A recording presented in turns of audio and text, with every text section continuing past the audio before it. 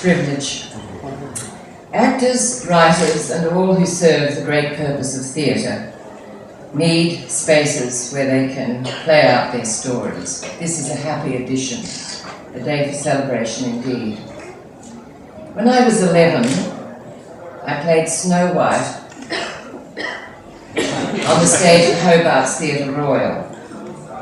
That beautiful building is Australia's oldest theatre, 1837. It boasts the historical significance of the presence on its stage and in those cold dungeon-like dressing rooms of Laurence Olivier and Vivien Leigh. But a decade later, I was there too, as Snow White.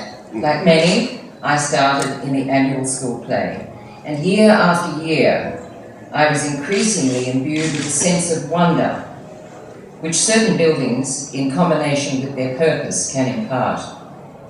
Buildings steeped in history matter. I speak often about the impact of that particular building on me during those impressionable years. I'm still not sure what happened to me that night, standing in the wings looking up at the flies. Well, the space above the stage where the scenery hangs, waiting to be released by those mighty old ropes and pulleys which our stagehands manipulate with such ease. I felt something stir within. It was an inexplicable emotion. I'm actually feeling it today. That memory remains vivid, and I still carry that sense of wonder. Less than a decade later, I made my professional debut at Sydney's Palace Theatre in Pitt Street, later demolished to make way for the Hilton Hotel. 5 decades later, I stood on the stage of the Sydney Theatre in Walsh Bay as the Premier Bob Carr formally opened it. That building was saved from demolition by the Premier. It had been a wool bond store overlooking the arrivals of the ships carrying many thousands of an earlier generation of boat people. Might have got a good view of them from here too, actually. Some politicians save buildings. Another reason for celebration today.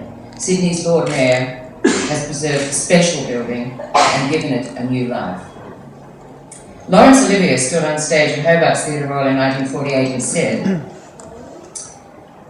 "In the 111 years it has been played in, it has built up an atmosphere, and the secret to atmosphere is antiquity. Don't let it go." Thanks to the City of Sydney and Clover Moore for not letting this one go.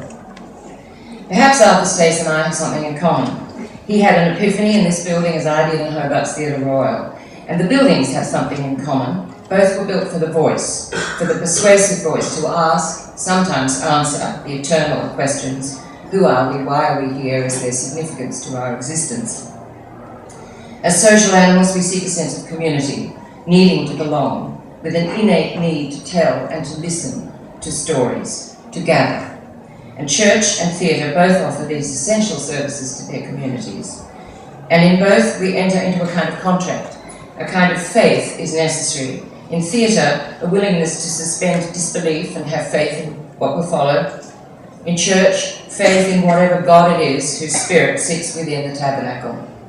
This tabernacle has already been warmed up as a place for storytelling by many of our theatre community members, and now it's Glenn Terry's turn.